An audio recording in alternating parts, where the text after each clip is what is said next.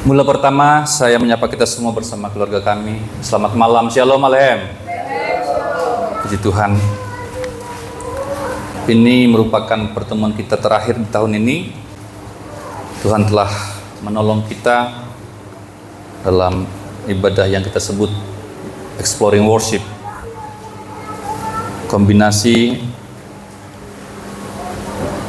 Bible Study atau pendalaman Alkitab dan penyembahan. Dan malam hari ini kita akan membaca sisa ayat dalam kitab Roma. Mungkin agak panjang malam ini, yang saya berikan tajuk atau judul The Last Message, pesan terakhir dari Rasul Paulus kepada jemaat Roma. Mari Bapak Ibu kita buka Roma 15 ayat 22 mulai. Kita akan baca secara responsoria. Saya bacakan ayat yang genap, Bapak Ibu bacakan ayat ganjil. Roma 15 ayat 22 mulai. Itulah sebabnya aku selalu terhalang untuk mengunjungi kamu. Tetapi sekarang karena aku tidak lagi ini dan aku telah beberapa tahun ingin mengikuti kamu. Aku harap dalam perjalananku ke Spanyol, aku dapat singgah di tempatmu dan bertemu dengan kamu, sehingga kamu dapat mengantarkan aku ke sana. Setelah aku seketika menikmati pertemuan dengan kamu. Tetapi sekarang aku sedang dalam perjalanan ke Israel untuk mengantarkan bantuan kepada orang-orang. Sebab Makedonia dan Akaya telah mengambil keputusan untuk menyumbangkan sesuatu kepada orang-orang miskin di antara orang-orang kudus di Yerusalem. Keputusan itu memang telah mereka ambil, tetapi itu adalah kewajiban mereka. Sebab jika bangsa-bangsa lain telah beroleh bagian dalam harta orang Yahudi, maka wajib juga bangsa-bangsa lain itu melayani orang Yahudi dengan harta duniawi mereka. Karena itu, apabila aku sudah menyelesaikannya dan menyerahkan hasil usaha bangsa-bangsa lain itu kepada mereka, aku akan berangkat ke Spanyol melalui kotamu. Aku tahu bahwa jika aku datang menemui kamu, aku akan melakukannya dengan penuh berkat Kristus.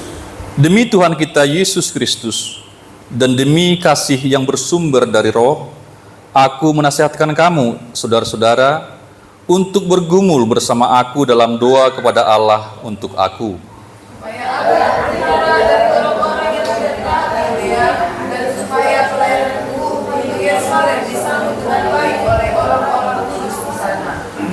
Agar aku dengan sukacita datang kepadamu atas kehendak Allah dan beroleh kesegaran bersama kamu.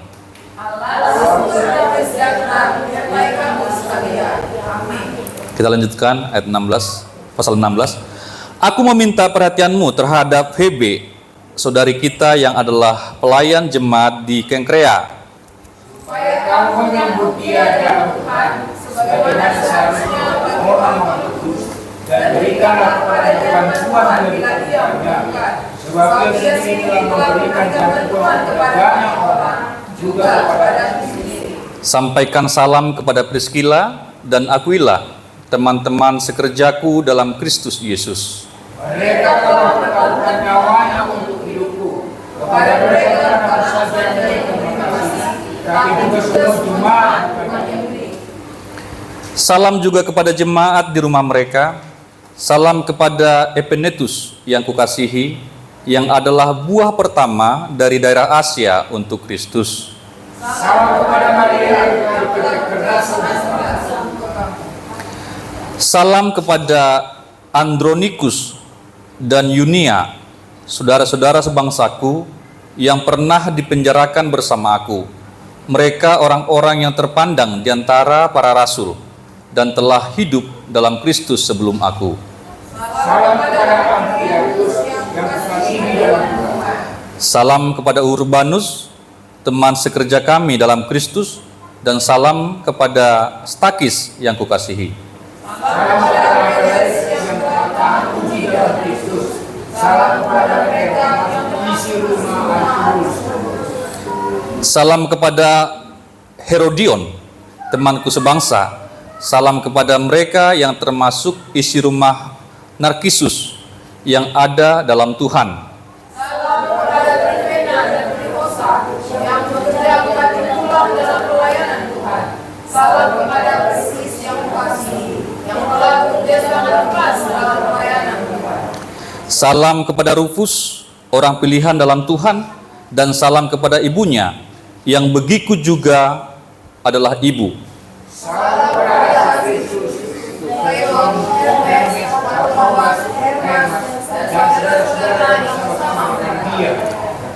Salam kepada Filologus dan Yulia, Nereus dan saudaranya perempuan, dan Olimpas, dan juga kepada semua orang kudus yang bersama mereka. Salam kamu dengan jiwa kudus. Salam kepada kamu dari semua jemaat Kristus. Aku menasihatkan kamu, saudara-saudara, supaya kamu waspada terhadap mereka yang menimbulkan perpecahan dan batu sandungan, bertentangan dengan pengajaran yang telah kamu terima. Hindarilah mereka. Bahwa demikian tidak melayani Kristus untuk kita, tetapi melayani perut mereka sendiri. Dan kata-kata yang mereka penuh dan Sama mereka yang lemah, mereka orang yang tulus hatinya. Kabar tentang ketaatanmu telah terdengar oleh semua orang. Sebab itu aku bersuka cita tentang kamu. Namun aku ingin supaya kamu bijaksana dalam hal yang baik dan bersih terhadap hal yang jahat. Semoga sekarang menunjukkan Injil di bawah waktu. Kasih terpilih Tuhan yang menyertai. Salam kepada kamu dari Timotius, temanku sekerja, dan dari Lukius, Yason, dan Sosipater, teman-teman sebangsa. Salam dan Tuhan kepada kamu dari Tertius, yaitu aku yang menulis surat ini. Salam kepada kamu dari Gaius, yang memberi tumpangan kepada aku dan seluruh jemaat. Salam kepada kamu dari Erastus, bendahara kota, dan dari Quartus, saudara kita. Kasih karunia Yesus Kristus Tuhan kita memberkati.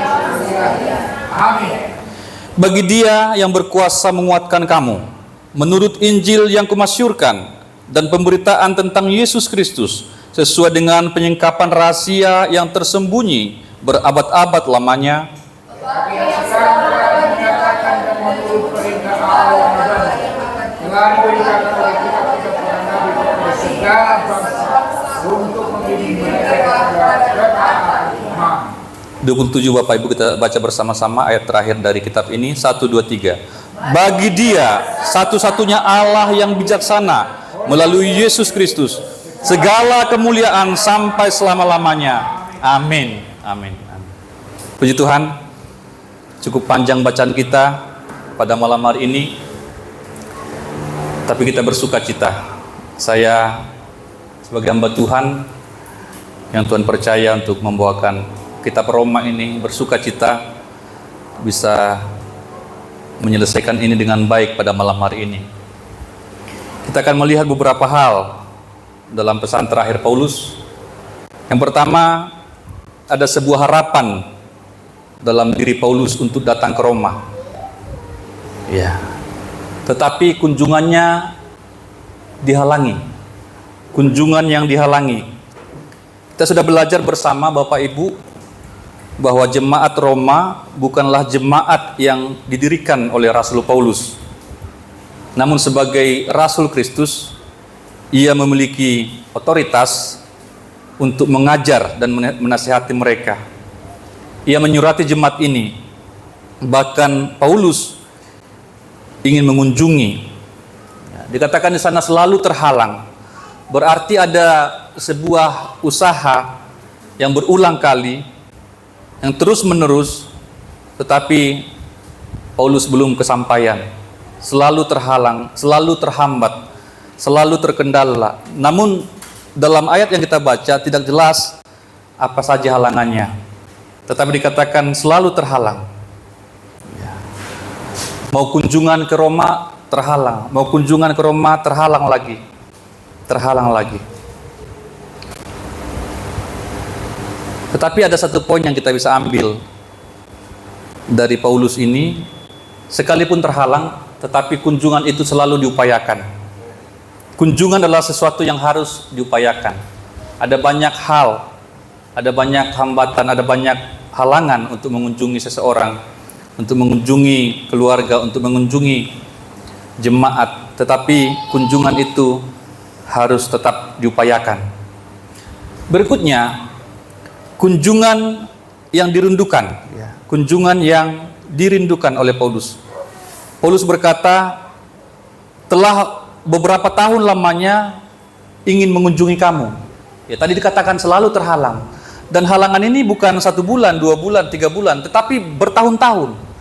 Ya, ini sesuatu yang luar biasa ya. Bertahun-tahun telah terjadi, tetapi di sini dikatakan bahwa Rasul Paulus tetap merindukan jemaat ini. Hamba Tuhan harus selalu merindukan jemaat. Hamba Tuhan atau Bapak Gembala, Ibu Gembala harus selalu merindukan jemaat. Dan yang ketiga, kunjungan yang dinikmati. Mengapa Paulus begitu berupaya untuk mengunjungi jemaat? Karena dia percaya, dia yakin bahwa kunjungan itu akan mendatangkan kenikmatan, bahwa pertemuan mereka adalah sesuatu yang indah. Pertemuan antara hamba Tuhan dengan jemaat adalah sesuatu yang indah. Amin Bapak Ibu? Iya. Semoga pertemuan-pertemuan kita dalam ibadah, dalam kunjungan jemaat itu sesuatu yang indah. Ya. Pertemuan kita dalam pelayanan itu sesuatu yang indah. Dan itu yang Tuhan mau. Itu yang seharusnya terjadi. Bukan pergunjingan, bukan olok-mengolok, tetapi sesuatu yang indah. Karena dalam pertemuan itu akan ada saling menguatkan, akan ada saling membangun, akan ada saling berbagi, saling mendoakan. Kemudian yang keempat, dikatakan oleh Paulus bahwa kunjungan itu akan penuh berkat. Dia mengatakan, dan aku tahu bahwa jika aku datang mengunjungi kamu, aku akan melakukannya dengan penuh berkat Kristus. Hamba Tuhan yang sejati selalu memiliki berkat untuk dibagikan. Hamba Tuhan yang sejati selalu memiliki berkat untuk dibawa, terutama berkat rohani, terutama berkat firman Tuhan, berkat doa yang akan dia bawa untuk sidang jemaat. Kunjungan hamba Tuhan membawa berkat bagi sidang jemaat Tuhan. Amin. Maka jika hamba Tuhan mengunjungi rumah saudara, jangan salah paham. Hamba Tuhan bukan untuk merugikan, tetapi membawa berkat. Sambutlah hamba Tuhan dengan baik, kapanpun dia datang. Karena hamba Tuhan yang sejati selalu membawa berkat. Kemudian yang berikutnya, ini ada salam. Dan saya melihat Rasul besar ini begitu hafal nama-nama jemaat di Roma. Saya katakan tadi bahwa jemaat Roma bukanlah jemaat yang dia rintis, bukanlah jemaat yang dia dirikan. Jemaat Roma adalah jemaat yang didirikan oleh orang lain. Tidak terlalu jelas siapa yang mendirikan Roma, tetapi yang jelas bukan Paulus. Tetapi yang menarik di sini, Paulus begitu mengenal jemaat ini. Paulus begitu mengenal jemaat ini dan menyebutkan nama-nama mereka dalam salamnya. Nama-nama jemaat yang disebutkan dalam nas ini sangat baik ya. Ada Febe, Priscilla ya, ada Priscilla di sini ya.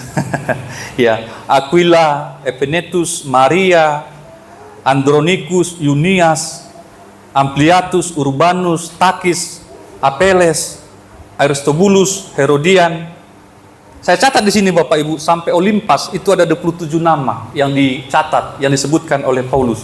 Salam kepada ini, kepada ini, kepada ini. Sekali lagi, bukan jemaatnya. Kalau saya ditanya berapa orang yang saya kenal jemaat, misalkan jemaat Philadelphia Batu Haji, saya tidak terlalu kenal banyak, ya. Bahkan hampir tidak ada yang saya kenal, ya. Tetapi Paulus ini bisa mengenal sekian banyak ini. Ini luar biasa, ya, rasul yang luar biasa, hamba Tuhan yang luar biasa. Dan kemudian Paulus juga tahu pelayanan dari beberapa jemaat ini. Ini juga luar biasa bagi saya. Selain mengenal nama mereka, Paulus juga tahu apa kontribusi mereka, apa yang menjadi pelayanan mereka, apa yang menjadi sumbangsi masing-masing jemaat di dalam jemaat Roma. Ini hamba Tuhan yang luar biasa. Dia bisa tahu dengan persis kontribusi dari masing-masing jemaat di dalam tubuh Kristus. Mengapa bisa demikian Bapak Ibu? Saya yakin karena jemaat ini sungguh-sungguh konsisten dalam pelayanan. Sehingga hamba Tuhan yaitu Paulus bisa mengatakan bahwa si anu seperti ini, si anu seperti ini. Karena jemaat-jemaat ini konsisten dalam melakukan pelayanannya, mengerjakan bagiannya di dalam kesatuan tubuh Kristus. Karena kalau kita melakukan pelayanan hanya sekali saja atau 2 kali saja atau mut-mutan saja, maka kita tidak jelas apa sebenarnya pelayanan kita. Tapi kalau kita mengambil bagian dalam tubuh Kristus, mengambil bagian dalam pelayanan dan kita lakukan dengan konsisten, maka kita akan tahu dia itu ini. Ya. This itu WL, katakan ya. Hermon itu pemain drum. Kenapa? Konsisten. Konsisten. Maka kita Bapak Ibu harus konsisten dalam pelayanan kita. Amin Bapak Ibu. Ya. Jangan pelayanan itu mut-mutan ya. Kadang panas, kemudian dingin ya. Kadang semangat tiba-tiba menghilang. itu susah untuk dikenalin.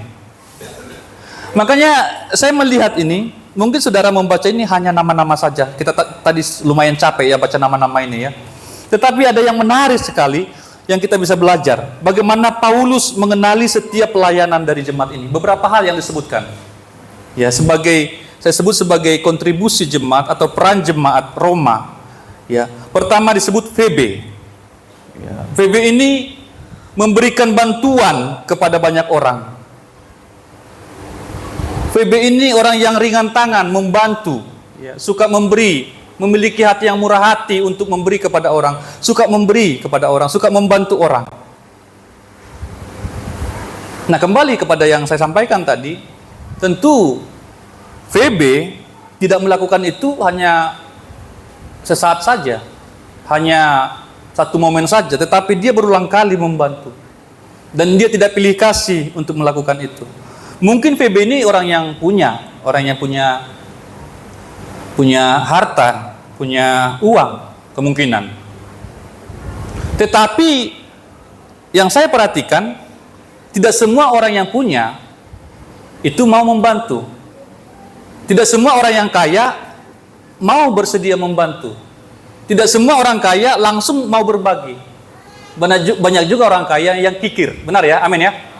Ya. Tetapi di sini VB dicatat oleh Paulus memberikan bantuan kepada banyak orang. Kepada banyak orang, si A dibantu, si B dibantu, dan dia sangat terkenal sebagai seorang yang suka membantu. Dan juga suka membantu Paulus sebagai hamba Tuhan.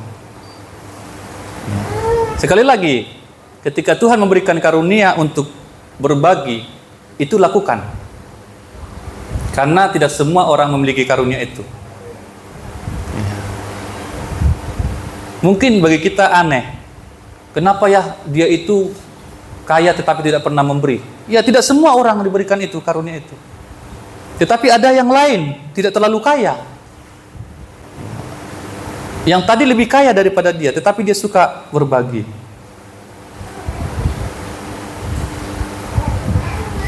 Ada makanan dibagi, ada pete dibagi, ada pisang dibagi gitu ya.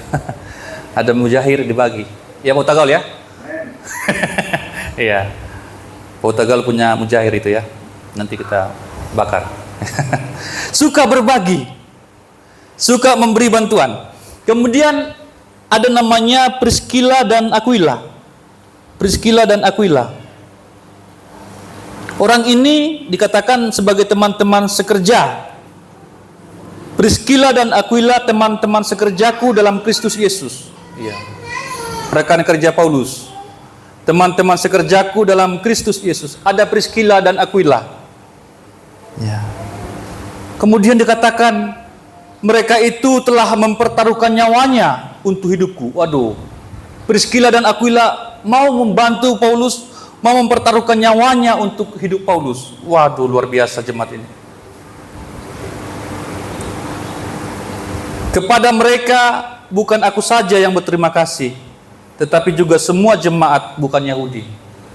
Ini pekerjaan-pekerjaan, ini pelayanan-pelayanan yang dilakukan oleh Priscilla dan Aquila. Sebagai teman sekerja, mempertaruhkan nyawanya, bukan hanya hartanya, bukan hanya tenaganya, bukan hanya pikirannya yang dia curahkan, yang dia pertaruhkan, tetapi bahkan nyawanya sendiri dia pertaruhkan untuk pelayanan, dipertaruhkan untuk rasul ini. Dari kepada mereka bukan hanya aku saja, kata Paulus, tetapi semua jemaat bukan Yahudi, semua jemaat non Yahudi berterima kasih kepada Priscilla dan Aquila. Ya. Luar biasa. Ada banyak catatan untuk Priscilla dan Aquila. Kemudian ada Maria. Iya, Maria yang telah kerja keras untuk kamu. Si Maria ini bekerja keras untuk jemaat Roma.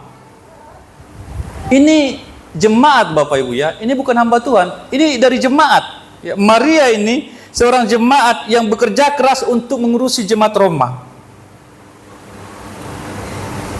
Kemudian ada Andronikus dan Yunias. Dua orang ini dikatakan pernah dipenjarakan bersama-sama dengan aku. Jadi dua orang ini pernah dipenjarakan bersama-sama Paulus. Wah, luar biasa. Luar biasa. Jemaat, saya nggak tahu bagaimana kejadiannya, ya, bagaimana kisahnya. Kok bisa dua jemaat ini, Andronikus dan Yunias, bersama-sama Paulus harus dipenjara. Dan tidak disebutkan juga berapa lama mereka bersama-sama dengan Paulus dalam penjara. Tetapi saya lihat di sini jemaat ini luar biasa. Luar biasa perhatiannya kepada pekerjaan Tuhan, luar biasa perhatian mereka kepada jemaat Tuhan, luar biasa perhatian mereka kepada rasul. Maka disebutkan lagi bahwa Andronikus dan Yunias orang-orang yang terpandang di antara para rasul dan yang telah menjadi Kristen sebelum aku. Jadi dua orang ini ternyata telah menjadi orang percaya sebelum Paulus. Dan rasul-rasul yang lain juga mengenal kedua orang ini. Orang terpandang, orang yang terkenal. Karena begitu cintanya kepada hamba-hamba Tuhan. Begitu sayangnya kepada pekerjaan Tuhan. Sehingga banyak hamba Tuhan yang mengenal mereka. Padahal mereka adalah jemaat Roma. Kemudian disebutkan lagi Urbanus. Urbanus adalah teman sekerja kami dalam Kristus. Si Urbanus juga seorang pelayan yang bekerja bersama-sama dengan Paulus. Kemudian ada Apeles yang telah tahan uji dalam Kristus. Tahan uji dalam Kristus. Ya. Ini jemaat-jemaat yang spesial di tengah-tengah Roma. Kemudian ada Trifena dan Trifosa. Ngapain ini Trifena? Dikatakan Paulus, mereka ini bekerja membanting tulang dalam pelayanan Tuhan. Waduh. Jemaat banting tulang dalam pelayanan Tuhan. Ya. Trifena dan Trifosa. Ada juga namanya Persis. Sama. Yang telah bekerja membanting tulang dalam pelayanan. Dalam terjemahan yang lain, bekerja keras dalam pelayanan.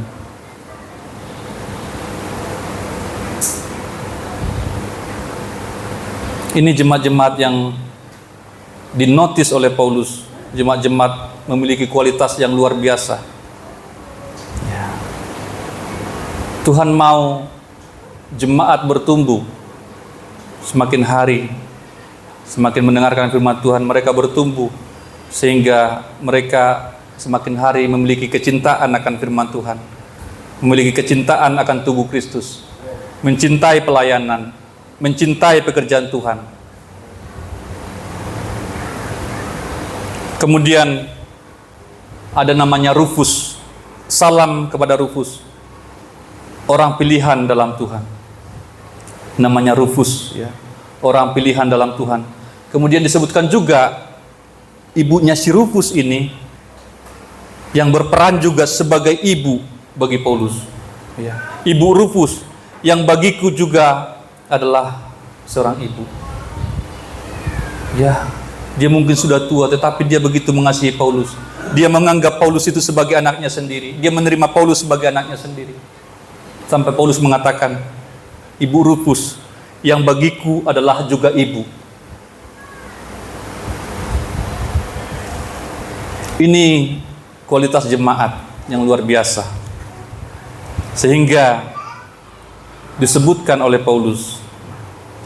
Bapak Ibu, betapa indahnya jika sebuah gereja dipenuhi dengan jemaat-jemaat semacam ini.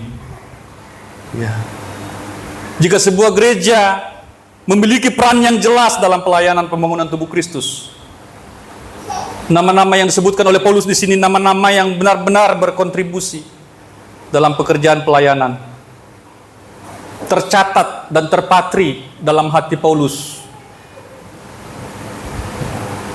Diingat oleh Paulus. Tentu jemaat ini pasti mendapatkan perhatian yang khusus, didoakan secara khusus oleh Paulus. Karena Paulus melihat jemaat-jemaat yang spesial ini.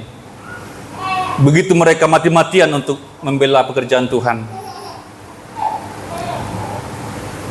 Nama-nama mereka tercatat dan tercatat dalam kitab suci.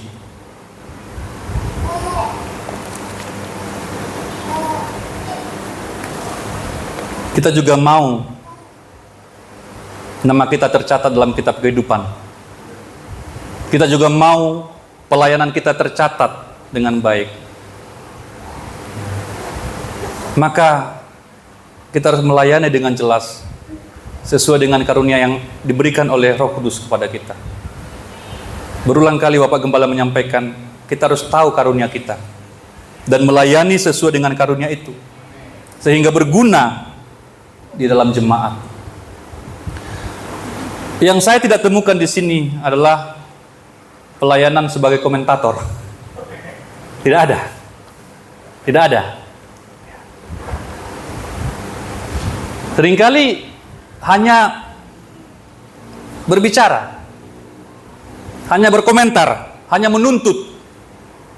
Tidak ada di sini, Bapak Ibu. Tetapi yang ada ditulis di sini adalah mereka yang sungguh-sungguh memberikan diri mereka. Tidak banyak ngomong, tetapi sungguh-sungguh bekerja. Baik ke depannya Bapak Ibu, kita menjadi orang-orang yang memiliki kualitas semacam ini. Amin Bapak Ibu.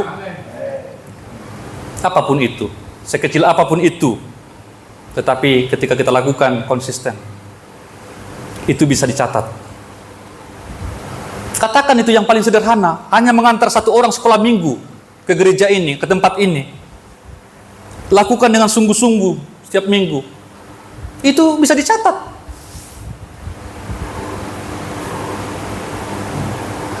Tetapi lakukan dengan konsisten, lakukan dengan setia. Lakukan dengan setia. Apapun itu, kalau kita lakukan dengan setia, maka pelayanan itu akan berguna bagi pekerjaan Tuhan. Pelayanan itu menjadi berguna. Mungkin nyapu. Lakukan dengan konsisten, lakukan dengan baik, itu berguna. Ya. Mari kita pikirkan Bapak Ibu. Kita sudah belajar banyak dan sudah sampai di sini. Di sini Paulus menyebutkan nama-nama yang jelas, yang spesifik. Kita ambil sebuah pelayanan yang Tuhan percayakan sesuai dengan karunia kita. Itu lebih baik. Kemudian yang berikutnya, ini adalah peringatan. Ini adalah peringatan, ya. Selain Paulus memberikan salam kepada jemaat-jemaat spesial ini, ada juga peringatan dari Paulus. Ya. Coba Desi bantukan pembacaan ayat 17, Desi. Aku menasihatkan kamu, saudara-saudara, Iya. supaya kamu waspada terhadap mereka yang menimbulkan perpecahan dan batu sandungan, Iya. bertentangan dengan pengajaran yang telah kamu terima. Hindarilah mereka. Terus? Sebab orang-orang demikian tidak melayani Kristus Tuhan kita, tetapi melayani perut mereka sendiri. Iya. Dengan kata-kata yang mulut-mulut dan bahasa yang manis, mereka menipu orang-orang yang tulus hatinya. Iya, Bapak Ibu. Setiap kali kita menemukan kata tetapi dalam Alkitab, itu berarti mengontraskan atau memutar kondisi atau keadaan dari yang sebelumnya.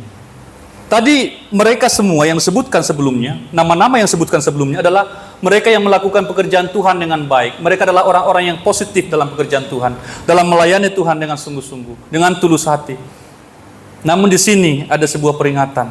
Di tengah-tengah jemaat yang sungguh-sungguh tadi, ternyata ada juga orang-orang yang harus dihindari. Ya.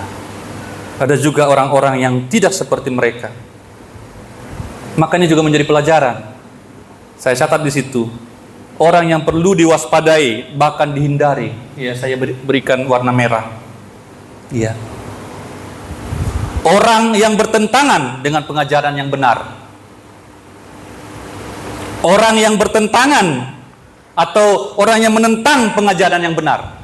Bisa terjadi, Bapak Ibu. Hamba Tuhan menyampaikan sesuatu di sini, dibantah di sana. Hamba Tuhan menyampaikan A di sini, dibuat bukan A, dan meracuni yang lain. Ini harus diwaspadai. Ya, bertentangan dengan pengajaran yang benar. Ya, memutarbalikkan firman Tuhan, mengkorupsi firman Tuhan. Bisa ada dalam jemaat, ada di tengah-tengah jemaat Roma, menyusup di sana. Kemudian yang harus diwaspadai dan dihindari, orang yang menimbulkan perpecahan dan godaan. Ada di tengah-tengah jemaat Roma orang yang suka mengacau balaukan, menimbulkan perpecahan, menimbulkan konflik, memprovokasi. Hati-hati, Bapak Ibu. Hati-hati supaya jangan kita menjadi bagian seperti itu. Hati-hati juga dengan orang seperti itu. Amin, Bapak Ibu. Dikatakan apa di sini? Di bolak-balik di sana, sehingga hati jemaat cemar. Ya. Bertentangan terus dengan gembala, bertentangan terus dengan hamba Tuhan yang menyampaikan firman Tuhan. Ini sesuatu yang harus diwaspadai sungguh-sungguh. Ya, ada di tengah-tengah jemaat Roma. Ada di tengah-tengah jemaat Roma. Dan dikatakan orang yang tidak melayani Kristus. Orang-orang semacam itu tidak melayani Kristus, tetapi mereka melayani perut mereka sendiri. Ya. Dan mereka adalah para penipu. Para penipu. Nah, ini karakter-karakter atau sikap-sikap yang harus kita waspadai, yang harus kita hindari, Bapak Ibu, sehingga kita tidak tergerus, tidak tercemar. Ya. Ada jemaat yang dipuji oleh Paulus, ada jemaat yang diapresiasi oleh Paulus, tetapi ada beberapa orang yang benar-benar diberi peringatan supaya yang lain waspada, supaya yang lain menghindar, jangan ikut-ikutan.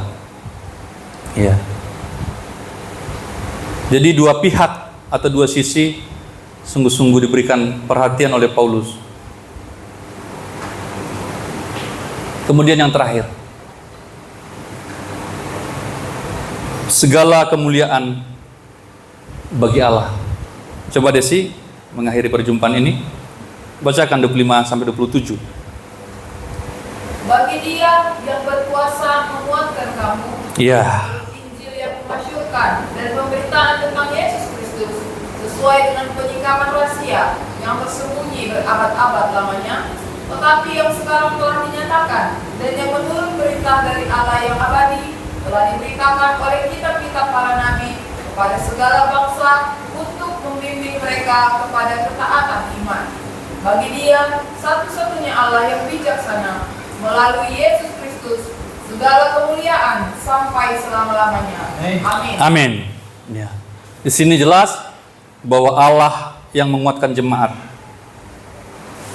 Jelas katakan Paulus bahwa Injil harus selalu dimasyurkan. Injil ini yang membimbing setiap orang kepada ketaatan iman. Ya. Hanya bagi Allah kemuliaan sampai selama-lamanya. Ya. Kalau kita menjadi jemaat yang sejati, maka Tuhan akan menguatkan kita untuk berjalan dalam kesetiaan. Kalau kita jemaat yang sejati, Tuhan akan menguatkan kita untuk berjalan dalam ketaatan. Firman Tuhan yang disampaikan itu akan menuntun kita hidup dalam ketaatan iman. Karena firman yang disampaikan adalah firman iman. Firman yang disampaikan kalau kita dengar dan iakan firman itu, maka itu menjadi iman bagi kita. Ya. Maka Tuhan yang dimuliakan sampai selama-lamanya.